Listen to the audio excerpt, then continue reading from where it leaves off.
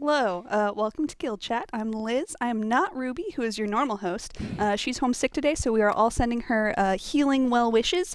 In the meantime, we still have a really cool show for you. We're going to be talking about Season 4, Episode 4 of Living World, which went live earlier this week. It's called The Star to Guide Us, and I'm joined by actually 6 devs today. We're going to take them in packs of 3s. Why don't you go ahead and introduce yourselves? Sure. I don't know. I'm Dahi. I'm a cinematics animator. I was in the beginning of this episode also on the live animation team, which works on more of the in-game like player or creature animations. Very cool. I also have no idea where to look. So all of you, I'm Eric Fagerstrom. I'm a content programmer. I do a little bit of coding as we need it for design, and then I do design stuff, mostly boss fights on this episode. Yep. Yeah, that's how we're doing it. Yeah. All right. I'm Samantha. I'm a narrative designer, and I was the lead writer on this episode. Perfect. Ruby will never let me do this again. Yeah, it's great. No, you're doing great. So are we. Totally. Feel free to just have a conversation. The cameras aren't even there. Yeah, There's they're totally nobody watching this. It's super fine. 0 people.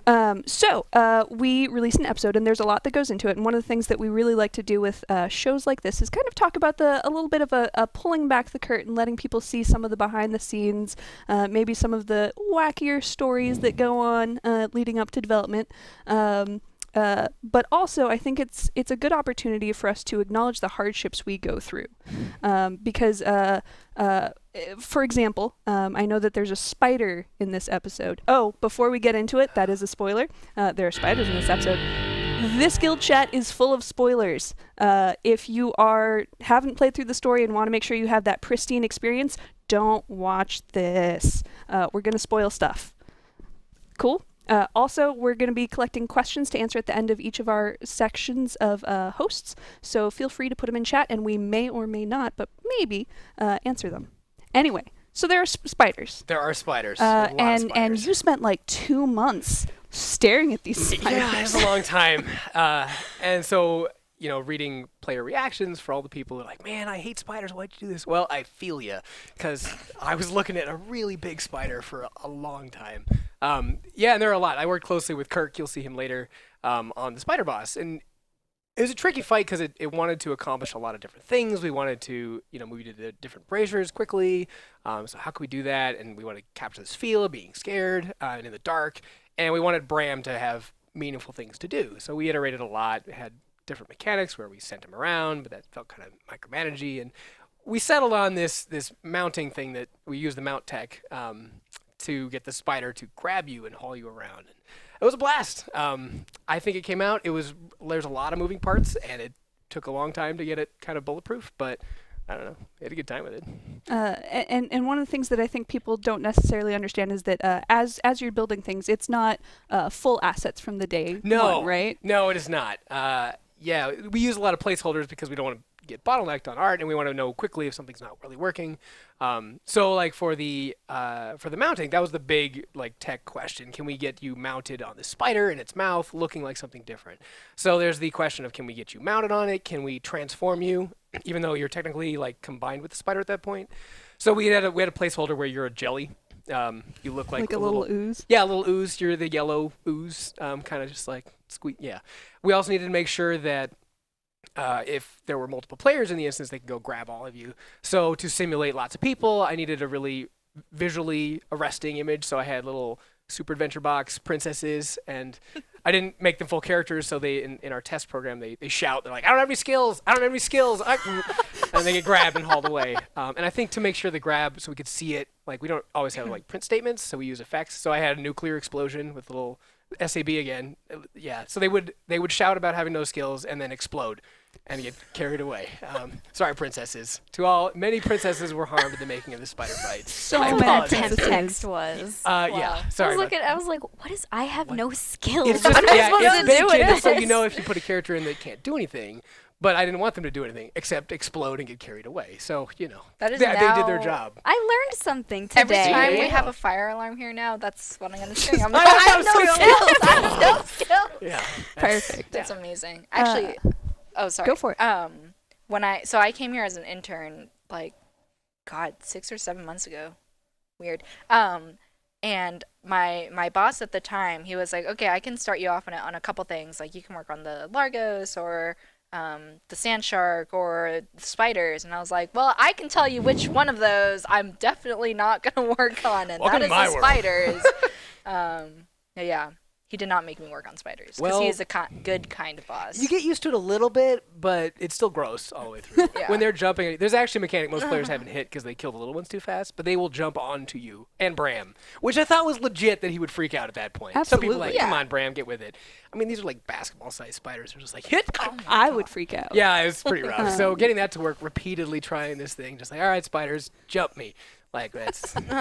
you go home. What'd you do today? Well, I got jumped by spiders all day. Repeatedly. Repeatedly. It was great. Giant spiders. So you mentioned Bram.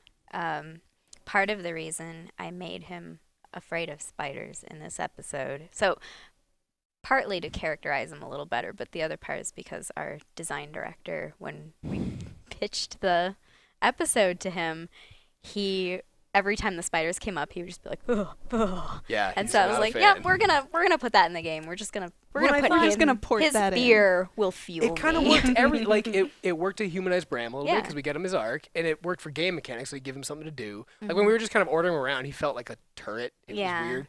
But when he's scared, and at the end when he's like, I'm not, and Rock's always just Yeah. gets people love that. They're like, oh. And I feel like it gives the players and their they're like, ugh, a voice. Bram gets to voice that, and even if the commander doesn't. So I thought it worked out really well. I wasn't sure, and at the end it's like, oh, there it is. Well, and Sam Riegel did it so well. Sam did so well. All of his little like shudder sounds Yeah, are when we so went good. from Robo Voice to not, especially when the first spiders like they show up before the braziers, but the center one, and he just goes, "Oh, come on!" Like, yeah, that He was really killed that nice. performance. Yeah, that was really good. Yeah.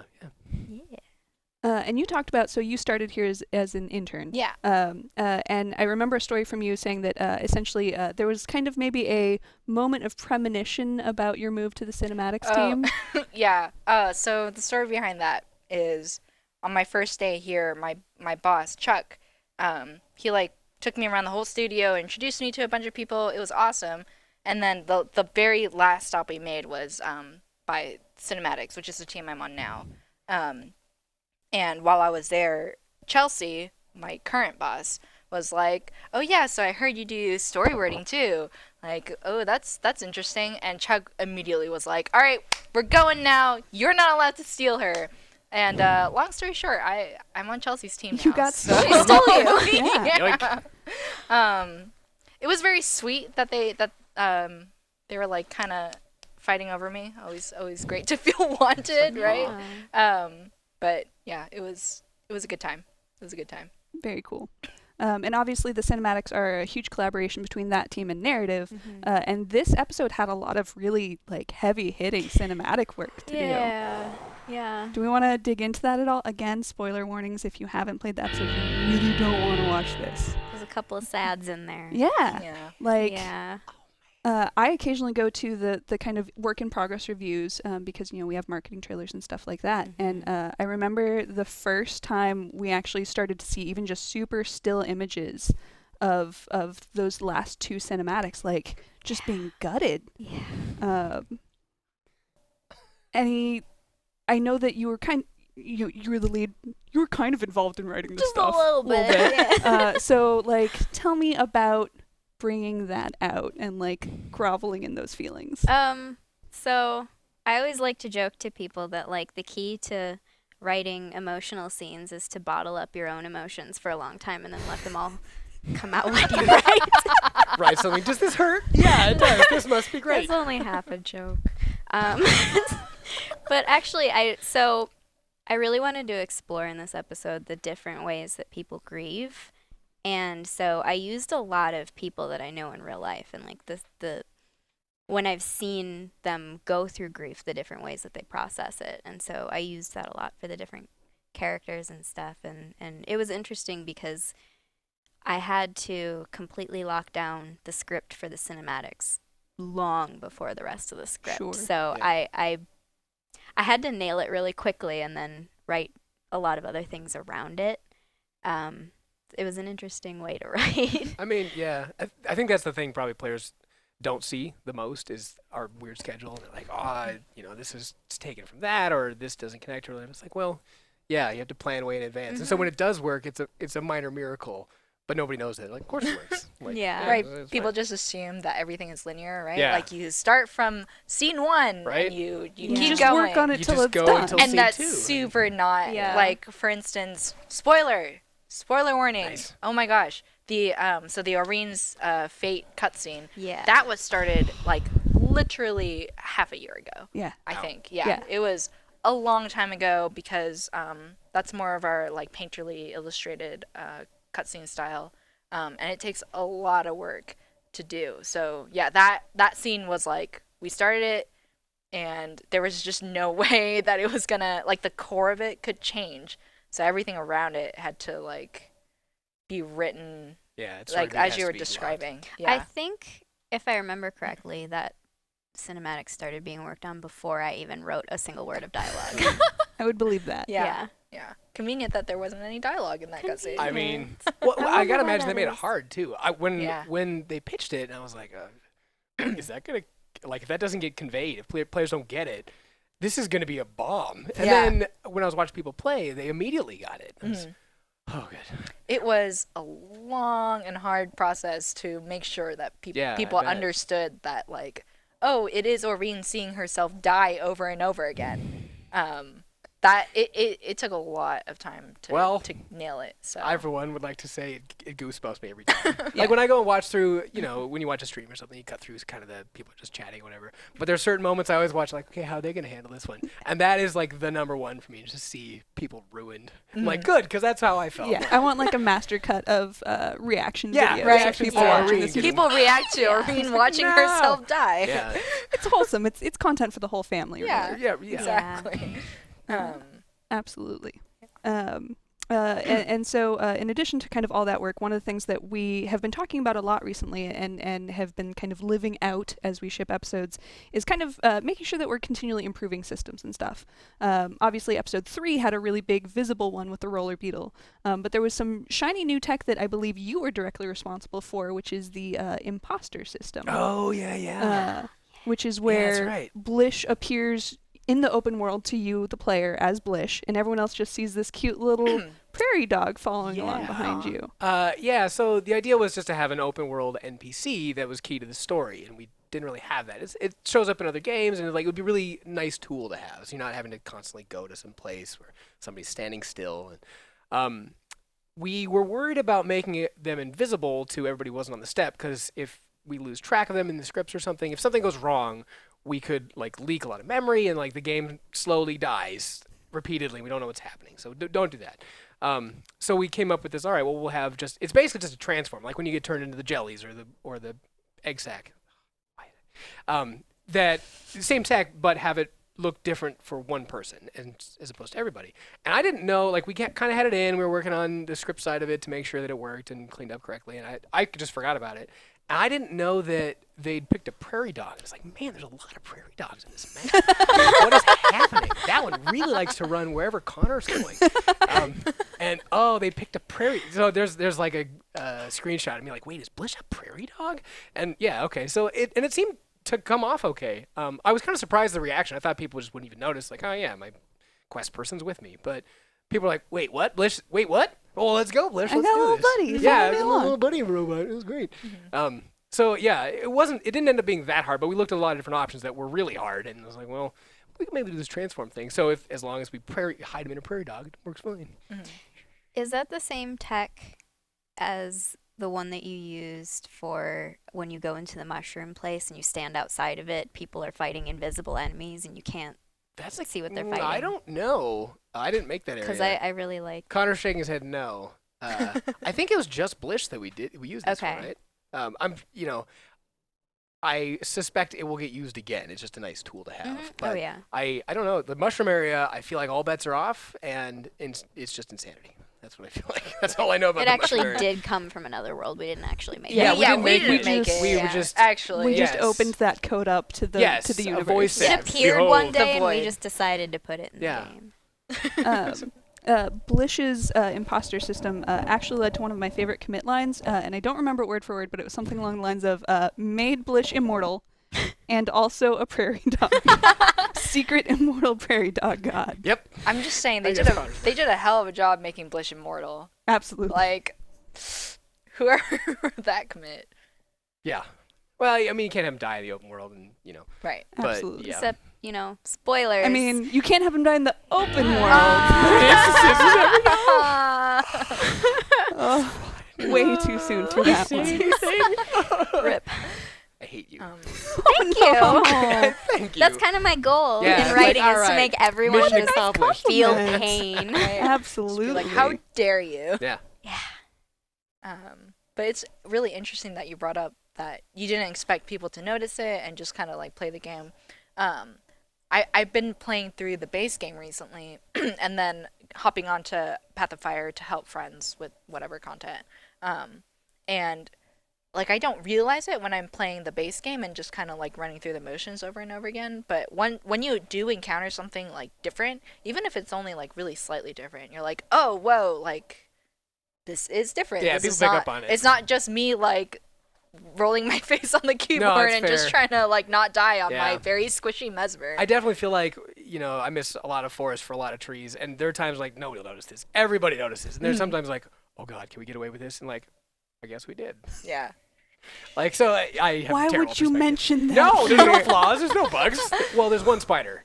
There's actually a lot of spiders. But other than that, there's There are no a lot bugs. of my arachnids, God. but no bugs. You're welcome. Get You out. can hate me. Get out. Also, it's fun because, of course, there are actual prairie dogs in that Yeah. map.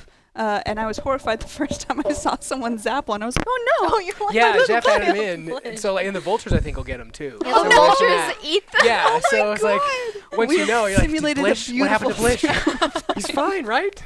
This is an ecosystem That's very sim good. now. Yeah. Yeah, absolutely. Yeah. Absolutely. And then there's a little morning service where the other prairie dogs come out. No. Wait, really?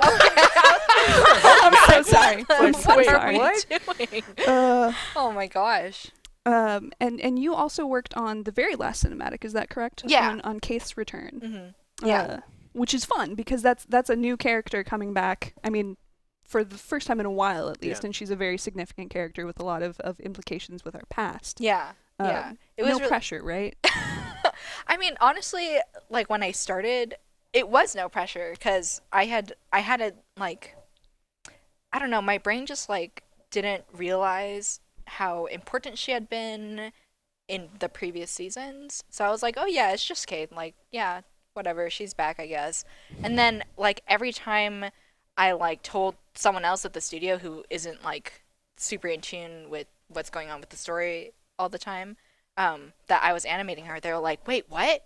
Like, Kate? Like, I thought we got rid of her. And I was like, oh, I guess people do care that she's back. So at that point, I was like, I should probably, like, look back at old cinematics that had her and, like, what her character was like and just kind of revisit who she is as a person.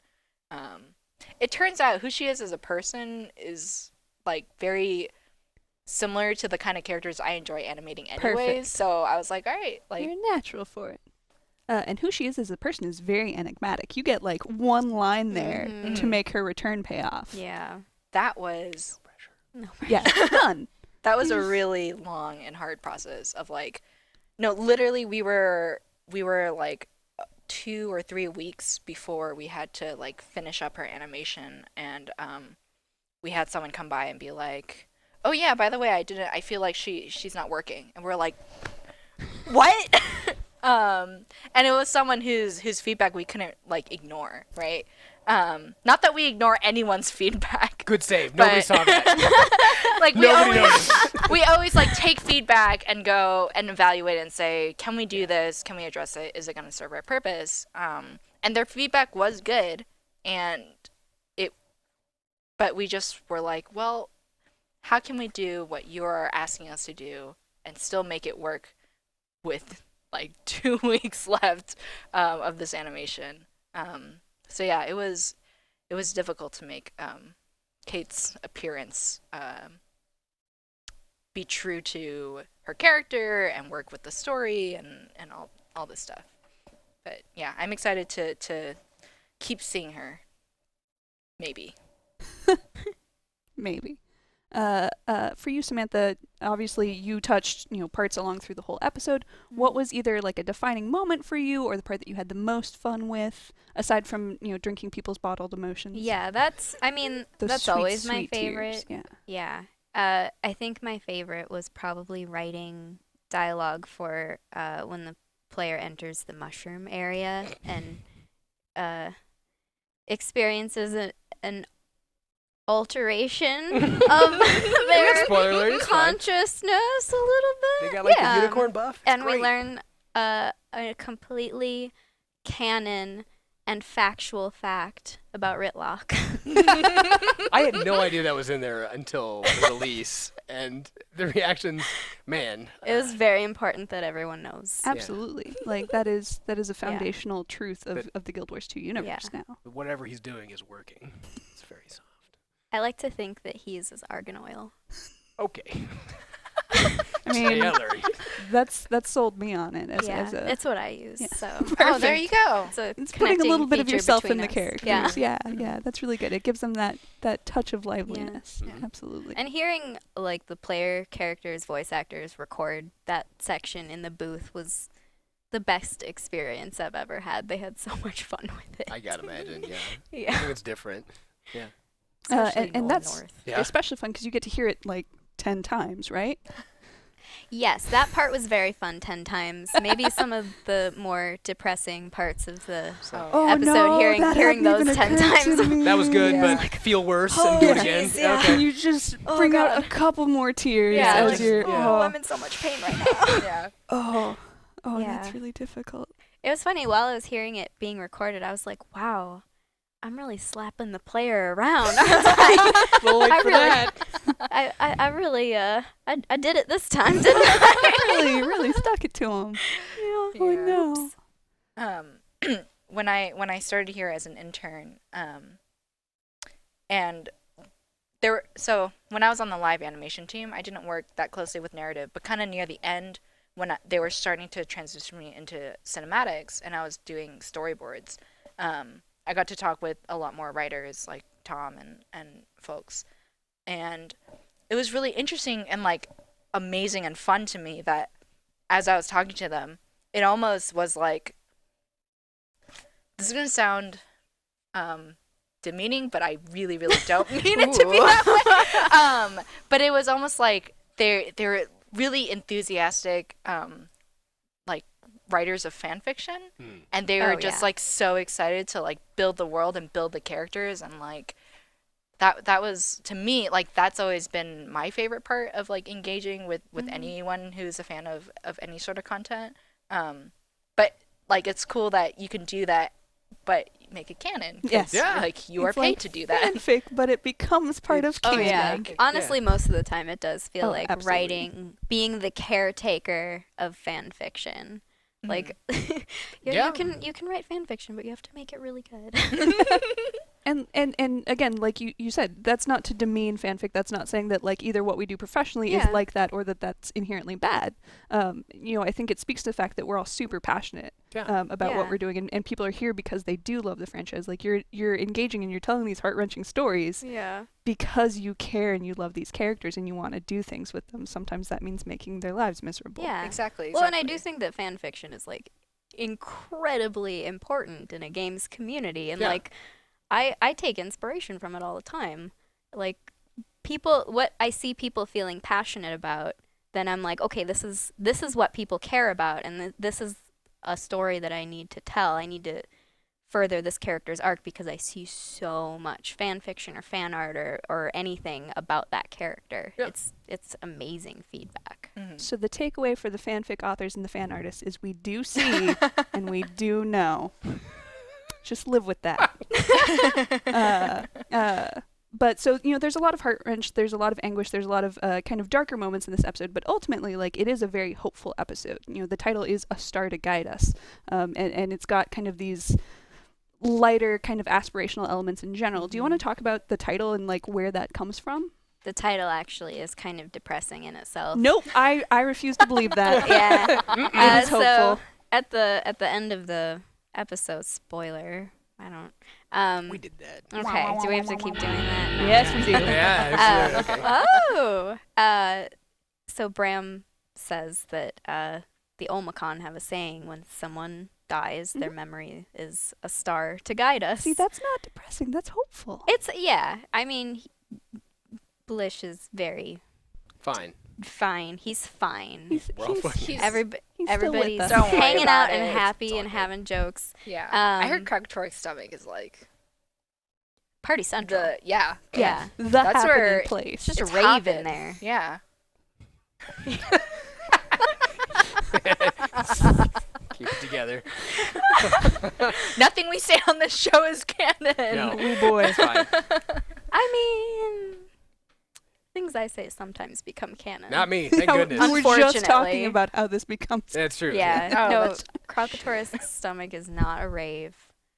Good save. Nobody noticed. I'm really looking forward to NPCs in the next episode going. So I've heard that the Yeah. Krakator stomach is like Bumping a really new My place. favorite Did DJ is you playing in know? What's up? Krakator's stomach. Yeah. Absolutely. That seems like a great time to not let any of these people talk anymore. No.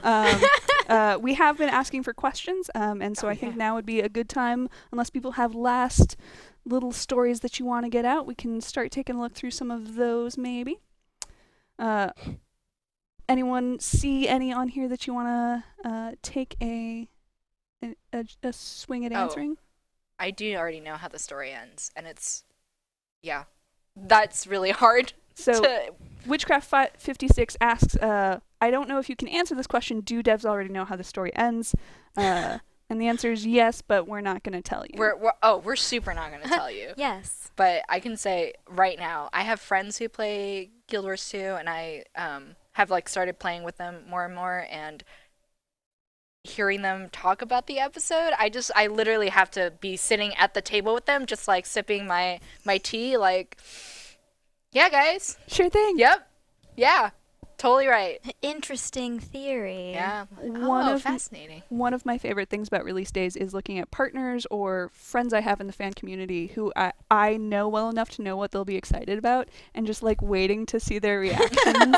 And you know, there was a lot to do with the mists in this one, and I have a friend who's like super into like, what do those represent? Like, what is this? And just seeing the elation from them as they're like, this is so cool. And just like, this is so fun. So like, there's a lot of that, like, as you know how things are gonna go and how things are gonna end. Just being like, oh, it's interesting that you think that.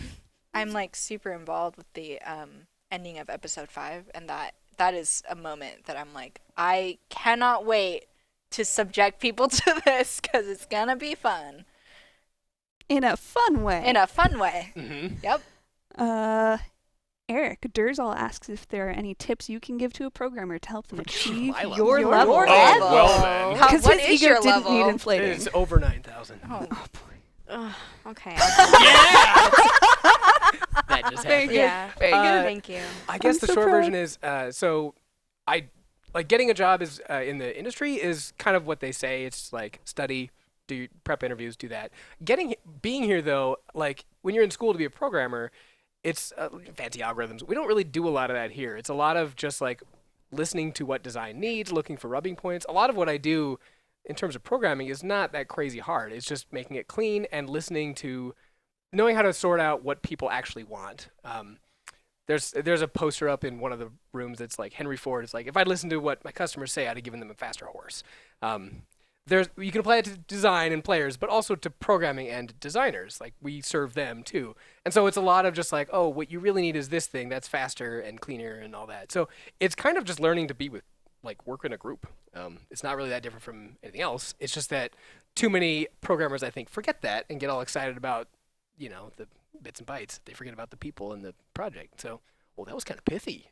You think I can be a writer? Here's the thing. I don't want to be a writer. I think that You're all about punching the players in the gut, so I don't think I want anything You to do can with that. believe that you can be a writer. Sweet. Okay. Wow. Oof. Damn. That was supposed to be inspirational. That was really good. That was super good. It was either very inspirational or very condescending. Yeah, it was really great. I'll take it that. You can take it however you I'll be want. inspired. We'll go for the Cool. It's inspirational a very way. good Samantha. We quote. all, respect This is for the 9,000 thing, isn't it? Oh. Yeah. Okay. Yeah. a little payback vengeance. there. Bram's arachnophobia. You want to talk Oh, about well, that? I mean, I would definitely like to have something about helping Bram get over his arachnophobia. Bram's arachnophobia redemption arc. Yeah, I mean, I'm really big on the whole tend and befriend, like interpersonal character related stuff in Absolutely. games. So he should it's- tend and befriend spiders, is what you're Yeah, saying. like- as a really spider companion. As a person who's rather experienced with this, I vote against that plan. They're Okay, gross. that's fair. As someone who, like, literally the other night, I look up and there's a spider on the ceiling, and I scream and I called for someone to kill it. He tried to kill it and it fell on his sleeve, but he didn't notice until he sat down in the living room right next to me, and he was like, "Oh shit, it's on my sleeve." Yeah, and then you need to use the And special then action I- skill to get you back. And then I was just Yeah. like, "All right, I'm leaving the house. Bye." it was I'm nice out, living I'm out. forever. Yeah. I'm done. Nope. It was so nice to live in Washington. Gotta move. The whole state is Yeah, tainted. burn the house down. That's it. So we may help Bram get through his arachnophobia after we do some internal work, let's say, and kind of get Yeah. through our own arachnophobia before we can help him. We'll do it together. Uh, God. Oh dear. Mark just put a Oh, question yeah. up on We actually screen. we have We have our own an arena net infestation. spider. His Uh, name what? is Daniel. He lives in one of our conference rooms. Wait, what? And he's a really nice boy. You tended and befriended him? Yeah, I tended and befriended him. I didn't. What? Really? Yeah. Yeah, Which conference room one is of this? I these- can't go there I'm not anymore. going to tell you. I should have We interviewed have him a for the boss company fight. culture of sticky notes, and people Oh God, I leave love 'em. delightful little messages for each other. One of our QA testers left a short while ago and left puns literally lining the hallways That was really everywhere good. so That's that a we lot. could keep her Yeah. with us forever, which I It was appreciate. beautiful. And one day, one of our conference rooms just had a little sticky note saying, "Hey, beware! There's a spider who lives in here." And That's just mean. as things go here, the next day there was a little sticky note saying, "But he's a very friendly spider." And someone eventually named him Daniel. That Did you? was you I named named him Daniel. Good work. Yeah. Mhm. Good Yeah. work. That's very He's nice. beautiful. He's a very nice boy. You're a monster. Uh, Spiders. Maybe you're the monster well, for, but, like, that was for for you, though. judging I know. him. can we talk about Ryan Gallagher asks, "What inspired you monsters?" Yeah, see? I As segued. Gorik's birthday What detail. now? I think that was a collaboration between me and Kirk. Oh, I see. And literally, we just wanted to make the player feel very Just bad. keep punching them. Just I'm not going to sugarcoat this. Yeah. I want you to feel Wow. terrible. yeah, Wow. just twist that knife a little bit. Yeah, okay. Yeah. God. Just, I mean, Same. it's to help. You're not going to talk about how it really makes for 3D characters and I mean, fleshes them out. Honestly, Characterization. Yeah. It's all Yeah. about characterization It's and not also just about tormenting injuring our the player emotionally. I can't have We writers joke a on lot here. about that, but yeah, it's, you got to care about these people. If you don't care, then Yeah. it's not a Yeah, story. And, I mean, they do. They have to feel like real people. Yeah. Yeah. and real people have. So that's why it was pursuit of craft, Exactly. Yes. not just punitive. Well, it gets its full range for Gorik, like I will say, whenever we were feeling really sad, even in this release, Kirk linked his audio when you go to the Magoom area. Did you write that too? Yeah. Like, do you see any familiar fauna or flora yeah. fauna? And she's like, it's chalk. And he, what? Yeah. I have watched that seriously 24 times, and it makes me laugh every time. I love that. Oh my gosh. So The good work. audio team did a great Yeah, job I should with that. shout out to the audio team because Absolutely. there's some crazy audio in this one. It was just like, whoa. The music in the Mushroom Area too has got a lot of call out. Yeah. Yeah. Yeah, music in this release was super solid. Yeah. Awesome. Well, thank you all three of you so much for joining us. Any parting thoughts that you want to leave our delightful viewers with, aside from how much you want to hurt them? I feel like I've left too many thoughts already. Uh-huh. I actually, I'm gonna hijack one of the questions, Do the it. Durzel Perfect. question, because the tips you can give to a programmer. We went over programmers, but I'm always curious about tips you could give a writer I Yeah. like to believe To- I could be a writer. achieve your level. So the biggest thing is to work on dialogue. Mm. That's a big tool that you use in game writing, probably a lot more than prose writing or anything like that. And use Twine to understand interactivity. That's really important because you have to account for the player's choices, and they're not always going to stay on a path. They're going to go off on their own, and What? I know. Players always follow. Players What are you have talking about? autonomy. It's crazy. Curse them. And They have once free you work will. on Curse them. those, once you work on those, just apply a whole bunch. Yeah, Just that's how it is. forever. Just apply to jobs forever, and don't give up. Now, Dahi, Oh boy. you had to know this was gonna happen. Yeah, sucker. I was hoping. I had my fingers crossed. Like, nah. Tips I can give to an animator. Honestly, I hate saying this because it's stuff that I heard as a student that I was always like, oh yeah, like, yes, I've heard this a million times before. But really, like, it's so simple. You make animations, you go to someone who's better at making animations than you are and say, hey, look at my animations. Tell me what I can do better. And they go, you should do this and this and this and this. And then you take their advice and you do it. It's a bold strategy. I think that's the step that some people miss. People See if just, it pays off. I don't know Yeah. what to do with this advice. I'm just gonna drop it. Yeah, no, really, like Yeah. I've seen a lot of like young people who they'll say, "Oh, can you review my portfolio?" And I go, "Yeah, sure." And I look at it and I go, "You need to work on this and this and this and this, but it's a great start. Keep going." And it's like they don't hear the keep going part. Well, yeah, a lot of people Um, are looking for a magic bullet. And, like, it's kind of simple, but it's not easy. Right. And like Exactly. people conflate those. It's like, well, what's this one neat trick? Right. This one neat easy Animate trick that it. isn't Animate gonna right. This neat trick that doesn't require me to like sit in front of a computer and Right. cry over Maya and like And do blood, sweat, and tears. do my craft, Yeah. right? Like, no, you really just have to like do your craft and also like talk to people who have the job that you want, right? I know animators who are like, yeah, I want to go into film animation, and I go, cool, let me look at your portfolio, and it's all like game cycles, which like cool, but you want to go into film, you got to do what the film animators are doing, and film animators are not working on game cycles. So yeah, that is my advice. Do the work. Do the good work. Nice. Stay in school, kids. Yeah, what a Is that very what you just wholesome did? ending. That was good. I love this. Yeah. Thank you. You redeemed us collectively. Good save, guys. We look like pros. Don't say anything. All All right, we're done. We're going to go ahead and take a break. We'll be right back with 3 more hosts. So thank you all for joining us. Thank you all for joining us. Thank you. And we'll be Thank back you for in just a couple hosting. minutes. Yeah. Oh, thank you. It was my Yeah. pleasure. Good job, Thank you. Ruby.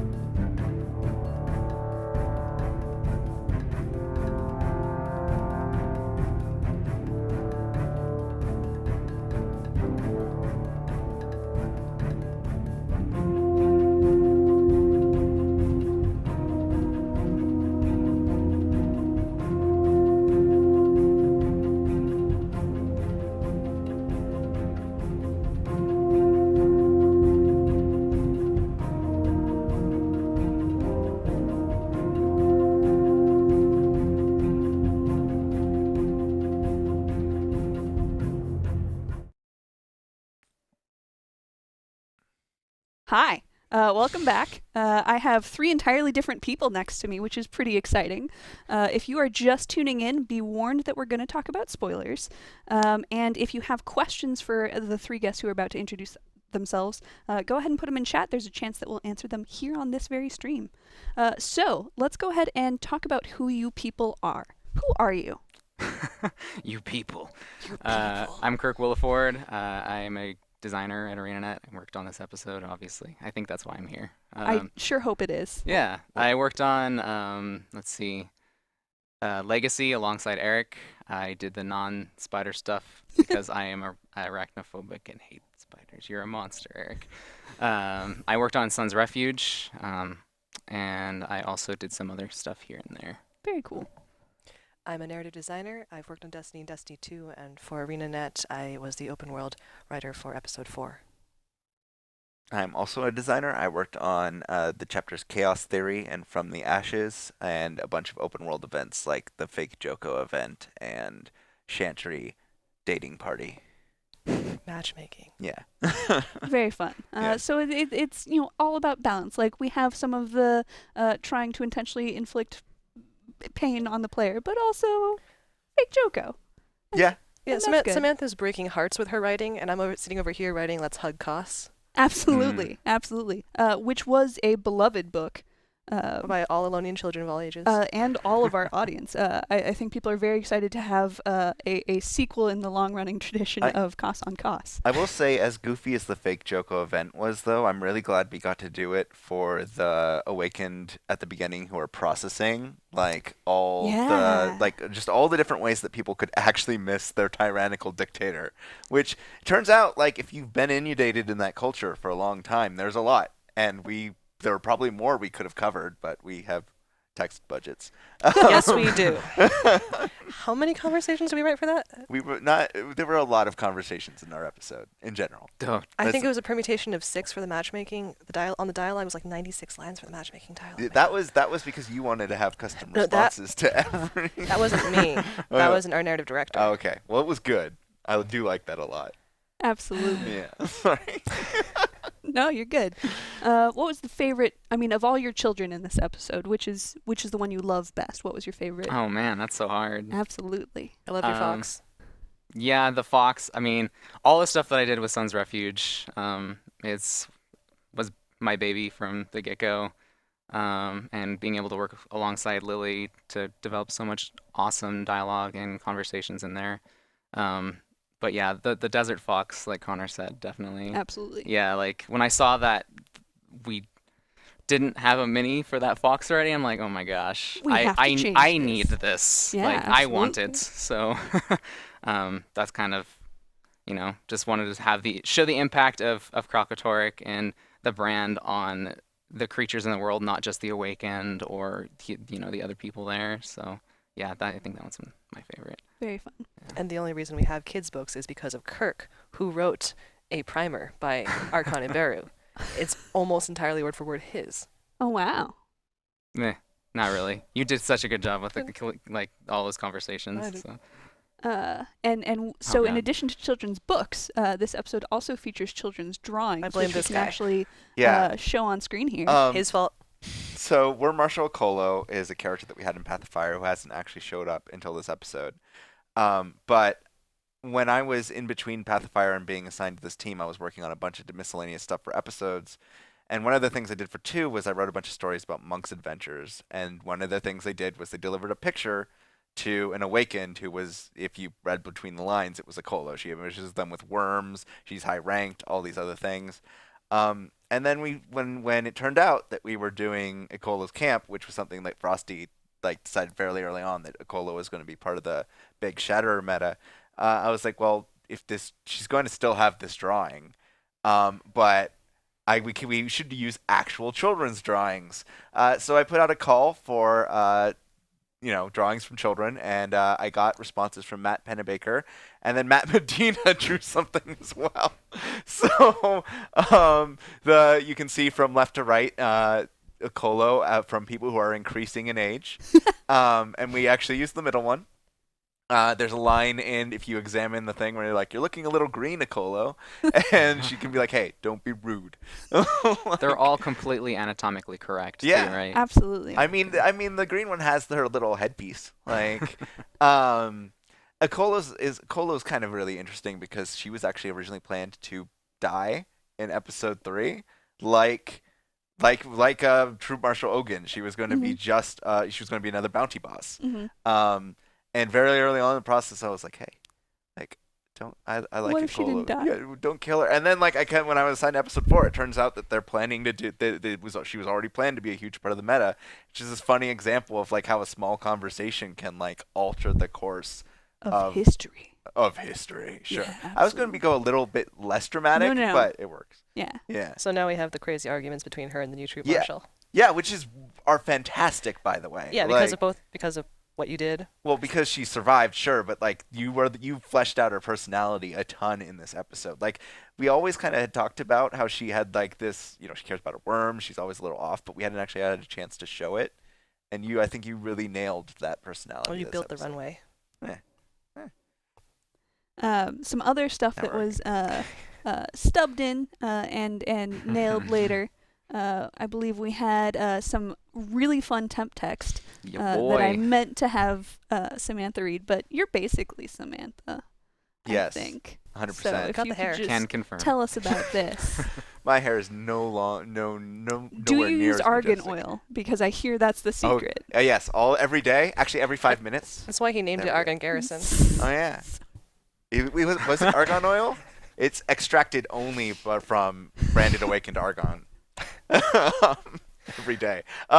So yeah, I mean, this is a reference. This is Morgan's temp text. It was originally you didn't get a call from Timey. You got a letter from Zaim, and this was the one that he wrote. And Zaim, it's canonical, completely canonical, even with the edit, that Zaim is a fan of the Jacksonville Jaguars, who exist in Tyria. Absolutely. In Jacksonville, Tyria. Jacksonville, Tyria. Yeah. It's one of the unexplored areas. It might be in. I'm just going to cut you off right there. And I like to think that Zaim signs all of his letters to everyone as your boy.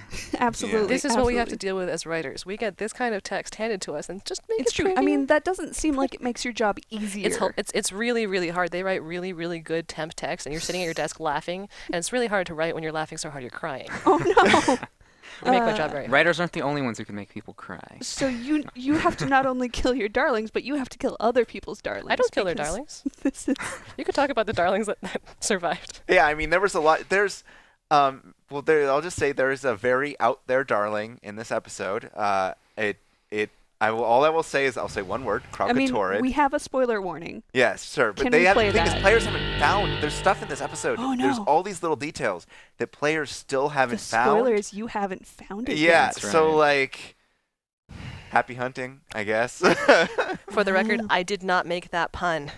No, that was actually That was Heather Conover. Yeah, Heather had a typo, and that typo spun out into wonderful terribleness. A happy accident. Yeah. An accident, That's all definitely. we'll say. They haven't Alright. found it yet, so we can't talk about it. We leave that as a challenge to you, the player, to go discover, and we'll move on to another thing which Another went thing through, that's let's say, Connor's fault. iterations. Yes. Well, actually only went through one iteration. Oh, perfect. So what That's a happened is record. Samantha had already written the dialogue that's like, what's the last line of the poem? But I had to make the gadget to interact with the poem, and I didn't have a poem yet. So I just wrote a completely different poem that ended with the same last line. Can Yeah. I put you on the spot and Yeah. ask for a dramatic reading of this? Sure. I suppose, if I can read it. Poem by my dog. Please don't scold me, human, but today I ate your shoe. I know that makes you soulless, so at least you won't feel blue. I hope that you'll still feed me, perhaps some table stew. This poem is temporary content, and I will chase it back to you. It's very good. Yeah. Oh, thank you. You should be proud. Okay. So this is Yeah. not the only. The funny thing that's actually about this poem is if I had changed the line, the poem is temporary content, it could have actually been like a cohesive poem. I could have made the second to last line like about like chasing a ball Yeah, or something. if you throw a bone away, Yeah. we'll chase it back. Yeah. Yeah. Well, there we go. There we go. You finished the poem. We're workshopping it Yeah. right here, right now. He's a good writer. He's a good poet. We also have a bad poet in our episode. Oh no! That's one of the things I Let's- haven't found. Oh fuck! Spoiler warning. So I wrote some of the Joko PA VO for episode 3 Mhm. on the statues, but Yes. because Joko dies at the end of episode 3, there's a question mark as to, Wait, what? Sorry. what happens to the PA system now that it's been abandoned. Mhm. I think we answer it in very interesting ways. Absolutely, and that's the sort of serialized content that we really get to dig into Yeah. the deeper story of Tyria here. Is kind of showing the world living and evolving what happens when your maniacal dictator no longer gets to It's write kinda his like- own poetry. It's like kind of like Candid Camera, but in Tyria Yeah, with a microphone. absolutely. So I guess it's not actually like Entirely Candid identical. That's what it is. So Sun's Refuge is cool, and players have found it. I think so. Yeah, absolutely. Like at Yeah. least one of them, I think, has gone into it. And there's a lot there. Yes. Like Yes, there's there is. so much there. Not just in terms of like the rewards and collections you can do, but just the things going on. And it gives you a lot of convenience with the multiple exits and all that stuff. And we were really excited to tell people about it beforehand. And I believe we may have inadvertently offended you by not showing your baby in its best light. Okay, offending maybe not be the right term. We came into work that day and we're like, wait, that doesn't look right. So the teaser that we showed, I think it was the anniversary video, I was super hyped about it, and I'm still super hyped. It was a great video. But it showed cobwebs up in shots that had, like, it was fully lit and everything. That was actually a bug because for about a week and a half to 2 weeks, there was an issue with the tag that was applied to those cobwebs, causing it to not go away properly. Mhm. And that just happened to be when that footage was taken. And it still totally works, and it looked great. But it just like that was one of those cases in my heart. I was like, oh, We I saved know. that to surprise and delight players That's with the right. real version on live. And Oh, Sun's God. Refuge had some other cute little bugs in it. sure did. In addition to the spiders. I was seeing that coming. Not bugs. Oh. Spiders are bugs. Yeah, so there was a couple cases of this, the phantom platforms that just stopped showing up for some reason. And this one was particularly funny because I was working with Justin and Patrick, some of our map artists, and none of us could figure out why this was happening. We would delete the object in our map editing program and re-add them so nothing would be linked to them, and then it'd be fixed for one build, and then the next build they'd be gone again. It's like, what is even happening here, right? When you have programmers and map artists and designers all looking at it together, and we're like, these things just have a mind of their own. Like, this place is haunted. That's the only conclusion we could come up with. It's because the mists came into the game and entered the That code. absolutely must Like, have been it's just it. It all wreaking worked havoc. out. It all worked out. There was some technical, crazy, programmatic reason, and we figured it out with one of our map layer programmers, Alina's help. And I am very grateful for that, because that would have been kind of strange if they're just floating. Just but- in case the stakes weren't high enough, when reality falls apart in Tyria, it falls apart Yeah. in real life. Yeah, yeah. Our chairs would disappear, and then soon Eric over Suddenly. there would disappear. Wait, that might be a... Wait, what's the word? Who? I'm sorry. There's nobody over there, Kirk. Oh, well, now I'm seeing things. Like the mushrooms. Yeah. Hey, that wasn't my spot. So- Actually, was the mushrooms you? Who did do the open world? So yeah, that was Chaos Theory. Chaos Theory was originally Frosty, Mhm. and then I took it over. So I can't take credit for the initial mushroom thing because he had actually already done like the dancing people and then people attacking you. I amped it up quite a bit. There wasn't originally like pantsless dancing Theron, which was mine, and there wasn't originally like Cormir and the Mad King and some of the more out there characters. And the And bobbleheads. I also added the whole the bobblehead. I also added the bobblehead effect, Just which was this super list of important. sins you're confessing to. I mean, like, I don't know. People seem to like it, so I guess I need to sin harder. But I also added the adventure where you talk to mysterious whatever. It's spoilers. You talk to Scarlet Briar, and she's like, "Hey, buddy, you want to run around?" And that probably had my favorite asset request I ever made because in that adventure, the things you're chasing change every single time. So I needed to make an asset request for a pie that could also be a jewel and a chicken. And can I get a glowy spinny pie, please? And I'm like, I got it. So that's why there's glowy spinny pies. This episode in particular was really fun to build because of all of the crazy mist stuff going on. Like we'd talk as a team, be like, I wonder if they'd be okay with this. So we'd pitch it and like, oh yeah, sure, whatever. That makes Absolutely. sense. It's fine. It's like, okay. And that was one of them, right? Yeah, there And was. then the rift, the Yeah, Misty Boys. the mushroom, the whole mushroom area. There were, when we were talking about it being out of this world, we talked about some out there things to make it seem like out of this world. And I'm gonna stop there. Yeah. I wrote some fourth wall breaking dialogue for that. Yeah. But speaking of insane creations, Byron Miller and I worked on a 500-year-long time loop story that had Yes. me at one point sitting at my desk doing arithmetic over and over and swearing because it turns out that our game has 3 different calendars. Yes. And if you're going to be creating gravestones across hundreds of years apart on different timelines for different variations on lifespans depending on what players do, Sure. you need to do a lot of math. At another point, I was sitting there with an Excel spreadsheet trying to fill out the conditionals for when each gravestone would appear. I think it turns out really well, but I also don't think anyone's noticed yet. So I remember the moment when you realized that there were the multiple calendars to have to Oh my to God. do the math for. That was a moment. I asked the narrative team to never ever again do any tombstones outside of Central Tyria. We'll just do water burials. Yeah. Just cremation. So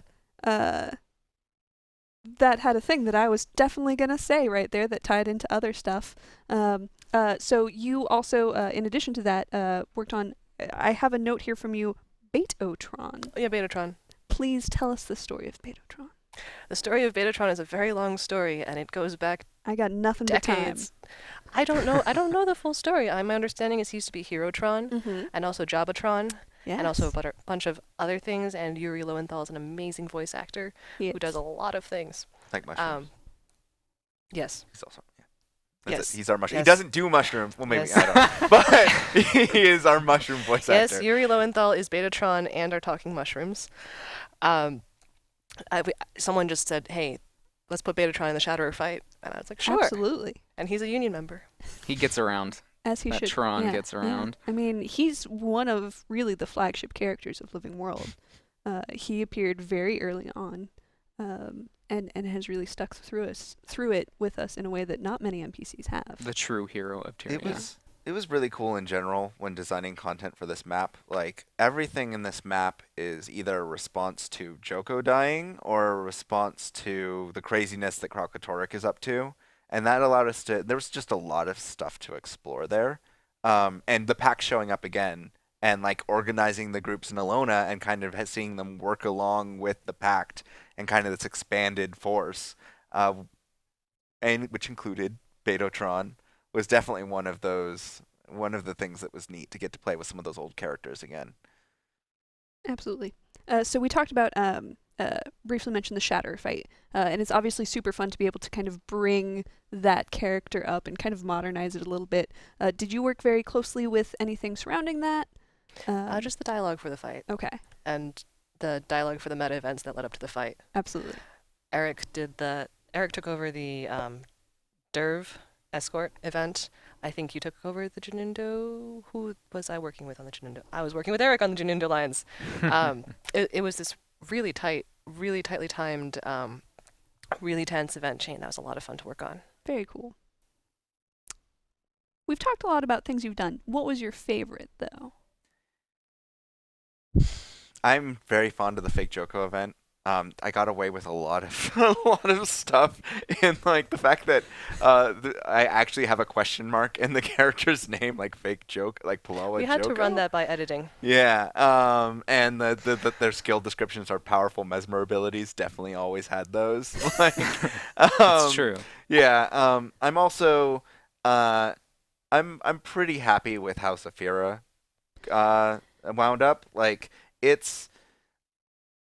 there's a lot of technical trickery to making a sniper fight in Guild Wars 2. Yeah. And there was a lot of stuff that that there's a lot of weird things. Like if you're not constantly taking damage, you will heal all your health. So like we had to do things like have like a slow damage ticking poison field and things like that.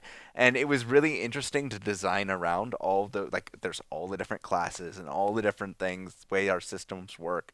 And of course now I look at it and I'm like, there's a bunch of things I would change, but I still think like a lot of not everybody, because some people just wanted to charge ahead and had a bad time. Sure. But a lot of people seem to enjoy it.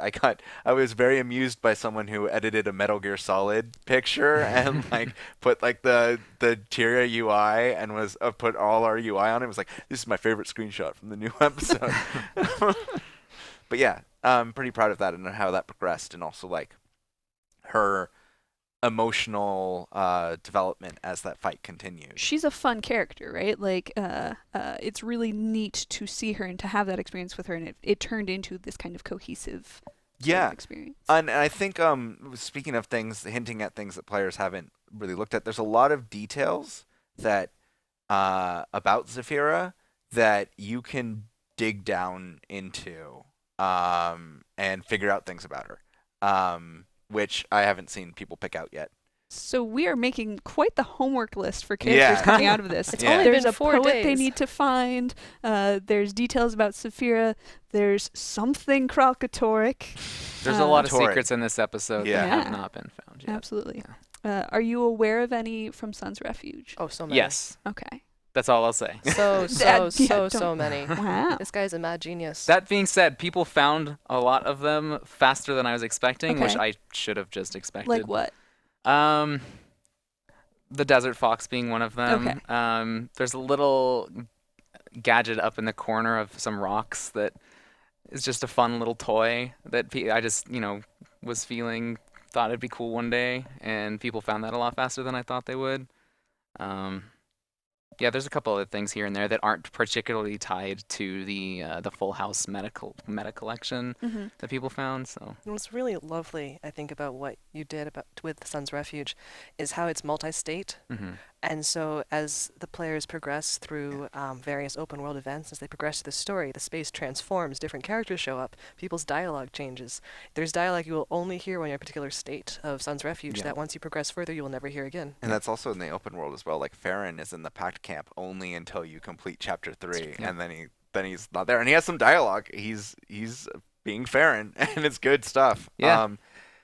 Speaking of things that I was surprised people found as quickly, and it has now been posted to Reddit like 8 times, the commandos showing up in the open world. That was your fault, wasn't it? Yes. was So we actually collective. have a question from Eric Boo about whose idea that was to bring back the commandos. I don't want to take credit or give credit because I really think it was a group effort. Nobody's gonna hear or see this. Take all the credit you want. I was the person who actually put it in. Because we talked about it, we got permission to do it, and then they weren't in, so I just went and put them in, and I wrote the line of like, we're in the wrong place, and then disappear. I mean, reality's falling apart, right? Yeah. And I think I really enjoy that the explanation that players came up with was the exact same one that we had, which is like, if all these realities are like chunks of these, like they could totally be from one of these realities. So yeah, it was pretty funny. Before the commandos were found, people found like the rifle ID tag, Yeah. and so people were like, "Oh, I'm gonna be able to get this machine gun for my character," and I'm like, but yeah. That's one of those examples, like I was saying, of things that as a team we're like, this would be awesome, but they're totally, it's got to get shot down. And then we pitched it, like, yeah, let's do it. That was I think near the top of the list of Yeah. the things we didn't think we'd get away with. That How they were people were like, satisfying, yeah, though. yeah. yeah. What did you know was like absolutely they're 100% like, or was the whole list like, we don't know if any of these are gonna work? There's one that I'm thinking of. You mean that was allowed, or Yes. one? So in in chapter 3, the legacy instance, there's a part where Bram kind of acknowledges, yeah, I can kill him in 10 minutes, all the spiders, and it turns into a little bit of a competition. You have to defeat that entire encounter and to make Bram look good within a certain amount of time. And when he asks for more time, the counter in the top right corner actually goes up for 3 minutes before I think it's Kassan or Kosh shoots it down and says, "No, you're not getting more time." And that was a case where like I was talking to Samantha about it, and we came up with this idea, and we're like, "Yeah, it's the narrative, it's not gonna get approved." And then Tom was totally okay with it, and it's like, this is gonna be awesome, and it helps sell that moment even more. And it was really fun, and it worked out, and it's hilarious, and that entire moment was really funny. So. Very That cute. is an awesome moment. For me, it was Eric's branded Pet Rock Bounty Boss, Yeah. which I had to run up the chain of narrative approval. Tom said yes, and now we have a branded Pet Rock Bounty Boss. That is, I really wanted, because we had the Angry Pet Rock. Oh, so hold on, my thing's getting pulled. We had the Angry Pet Rock and we had the disgruntled Etten. I kept pestering Eric because I wanted all of our bounty bosses to feel emotions. I wanted them all to be like the sad sword and like I don't know, but only some of them have emotions. And the Etten does have some jankiness behind it in its development, did it not? I feel like one of my show notes is someone said that there were. I mean, if you want to walk Eric back in here. Never mind. Eric doesn't get to share that story with people. Sorry, everybody. You'll just Developing have to. a bounty boss can be challenging. Absolutely. This episode's bounty bosses were particularly interesting because we are tied to the raid. Like we went into this episode saying, hey, let's find a way to make these feel more connected. And that was a great way. Like the rock came out of the Mystic Forge, like these are all things that the Etten's like, what the heck am I doing here? Why am I here? Yeah. The mini pets, Which would disgruntle mini pet many zoo. people. Yeah. I love that the Etten picks people up and throws them. Yeah. Which is another use of Mount Tech. Like, This guy over here is the Mount Master. Absolutely. So any other kind of moments that you guys wanted to draw attention to or reflect on before we hop in to see if there are any other viewer questions that we want to get into? Stories that you're just dying to share with the entire internet? I'm really proud of the storytelling that we're doing in our open world events in this map. Like Connor's work with the Joko event and the work that Lily did for the Jin chain with Zia and Vemian. And I felt that those were extremely successful in being able to tell side stories that aren't really directly related to the Golden Path but are impacted by it. And for like the 500-year time cycle bit, that is linked to Vemian's chain, which links it to Zia. She comments on who got him out of this bottle. Like I'm gonna be mad at them. And spoilers, I'm not gonna say who was, but just finding out who it was who let them out of the bottle is really funny and interesting. And just seeing those kinds of those connections made in the story and the open world is special to me, and I'm really happy with how they turned out. there's one connection that we were surprised by today, where it's like, Yes. Yes. I was working with Byron Miller on the armor collection, and we have a character, an awakened armor smith named Amira, who has a brother named Zor. And it was today that Connor pointed me to Reddit and said, hey, look, here is this gigantic champion. What was it? it's one of the Branded branded awakened in the Argonne Garrison. Captain Zor. And I was Yeah. like, Samantha! Yeah, it was. Oh, That was a really nice touch. Yeah. You can actually fight the dude. I did not name this guy, so it was clearly Samantha who named this person. And it's a really, really nice bow on top of everything. Yeah, absolutely. As we kind of change the scope on things and do look for that interconnectedness, there's a person who I actually really wish was able to be here today. Jessica, the producer for this episode team, was scheduled to be in the earlier set of hosts, but she's out sick today. And so props off to her and to everyone else on the teams who kind of works that coordination to make sure that all the teams are talking to each other and we're seeing like, hey, here's how this bit connects to this stuff over here and how the raid can play into this. And obviously that's not one person, that's not any discrete list of people. It's everybody working to make that happen, and a real testament to the team's ability to collaborate like that and really. Heather Conover gets a lot of the credit too. She's a team lead for episode 4. Absolutely. We super appreciate obviously the people who are able to be on the show, but it's always nice to remember that like this is just The surface. yeah There's like cross-disciplinary doesn't really even scratch the surface of how much interplay there is between all the teams at the studio making these things happen, which is pretty cool. Speaking of interplay between teams, often people kind of Wait. Yeah? if we are moving on, there's a thing I want to show. Yeah, absolutely. We should bring up the video. So at the end of chapter 4, Blish talks about how you should go get hit by lightning. Uh-huh. But to charge the sword. That was actually implemented before we cut it. So I have footage of the commander playing in lightning in order to charge the sword. And that's Let's see that now.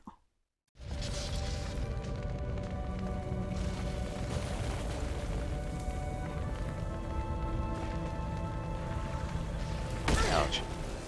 Blish. It didn't work. The sword is still dark. Unfortunate. Try again.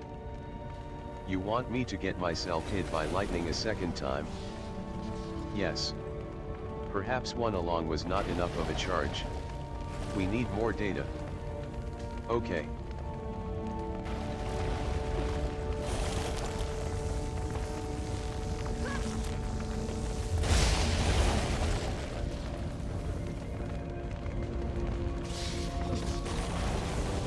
Ugh. Blish. The sword is still dark. That's too bad. Maybe if you hold the sword above your... I'm not going to get myself hit with lightning again. I'm coming in. But... no. We're going to come up with a different plan.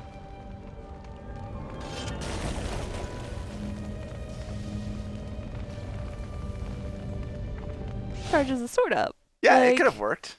Sometimes gotta- sacrifices have to be You made. form a hypothesis and then you test it.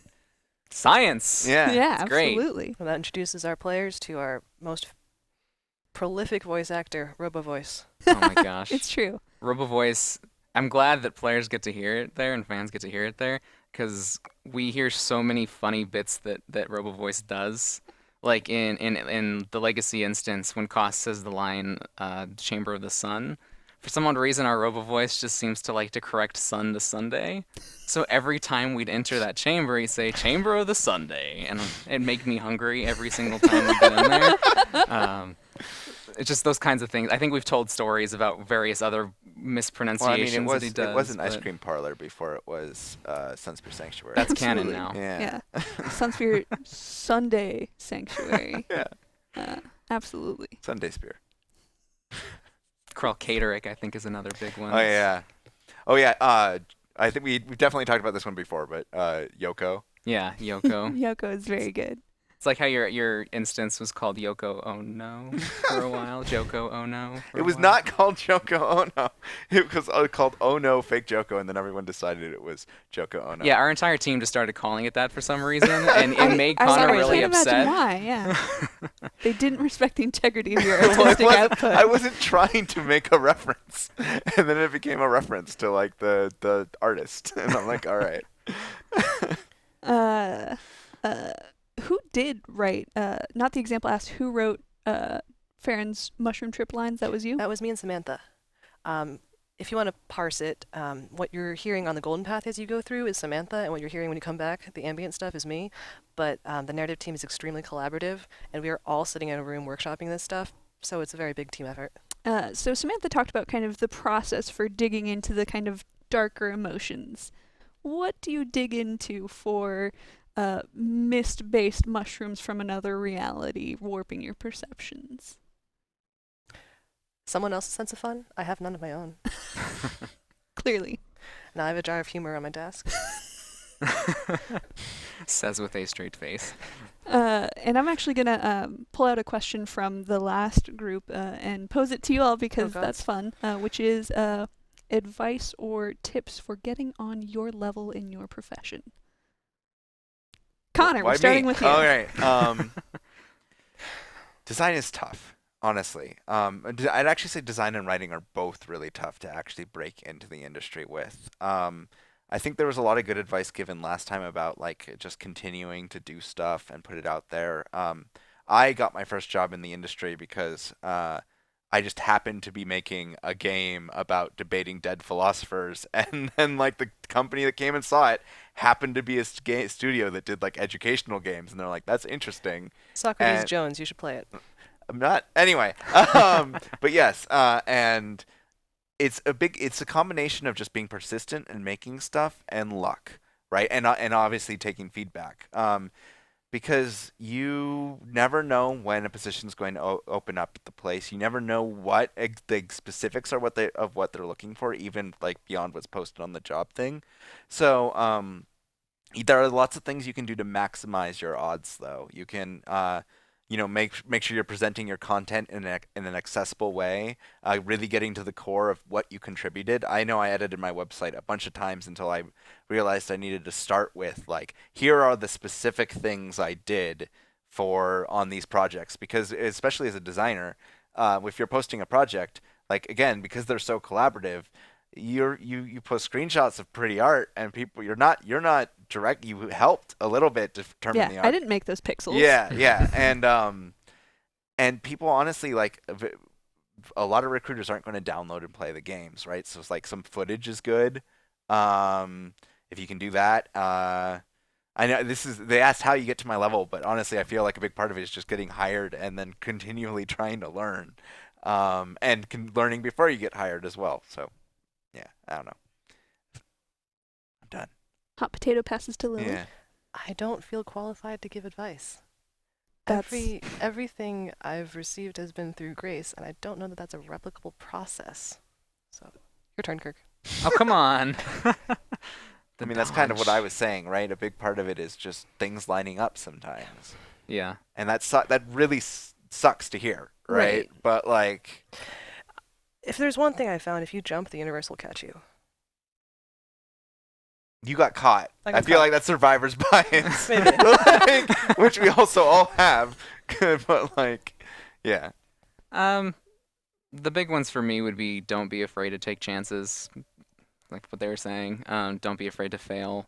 Yeah. You know, take that feedback and learn from it. You know, accept that you might not immediately get where your end goal is. You know, you have to see the entire path, not just the end.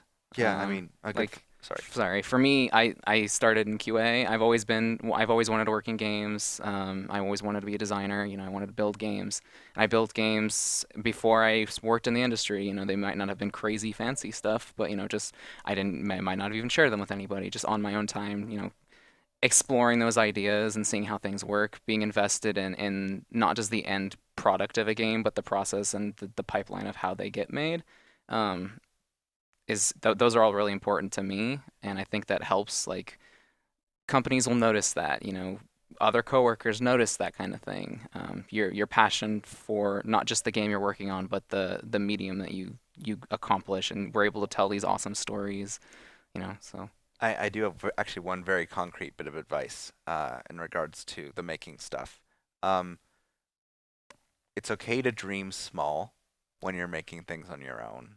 A lot of people, you know, look at like Guild Wars or Halo or like Mass Effect, and they're like, that's what I want to make. Therefore, I have to try to make it on my own. And those games take multiple years with like a big team.